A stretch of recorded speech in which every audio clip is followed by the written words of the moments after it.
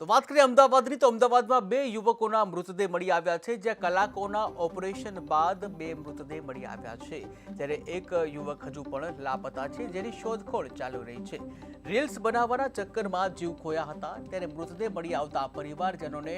શોક અને સ્થાનિક નેતાઓ પણ ઘટના સ્થળે પહોંચ્યા હતા। ત્યારે કારના સીસીટીવી પણ સામે આવ્યા છે, જ્યાં તમે જોઈ રહ્યા છો ટીવી સ્ક્રીનના દ્રશ્યો કે જ્યાં રેલના ચક્કરમાં એક સ્કોર્પિયો કાર કેવી રીતે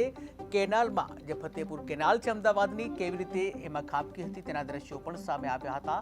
જ્યાં લાંબા સમયથી જે શોધખોળ ચાલી રહી હતી, મૃતદેહો જે આખરે મળી ગયા છે। વહેલી સવારે આ ઘટના બની હતી, જ્યાં એક સ્કોર્પિયો કે જે ત્રણ મિત્રો રીલ બનાવતા હતા અને દરમિયાન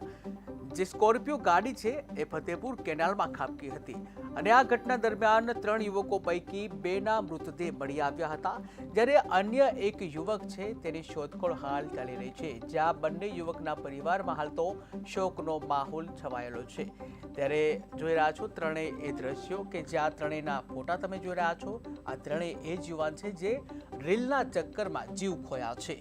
જ્યાં મિત્ર પાસેથી સ્કોર્પિયો, ફરીથી એકવાર તમે ટીવી સ્ક્રીનના દ્રશ્યો જુઓ કેવી રીતે જે સ્કોર્પિયો ગાડી છે ફતેપુર કેનાલમાં ખાબકી હતી અને જ્યાં જોતામાં જ આ ફતેપુર કેનાલમાં ગાડી ખાબકતા ત્રણ પૈકી બેના મૃતદેહ મળી આવ્યા છે, અન્ય એકની શોધખોળ હાલ તો ચાલી રહી છે।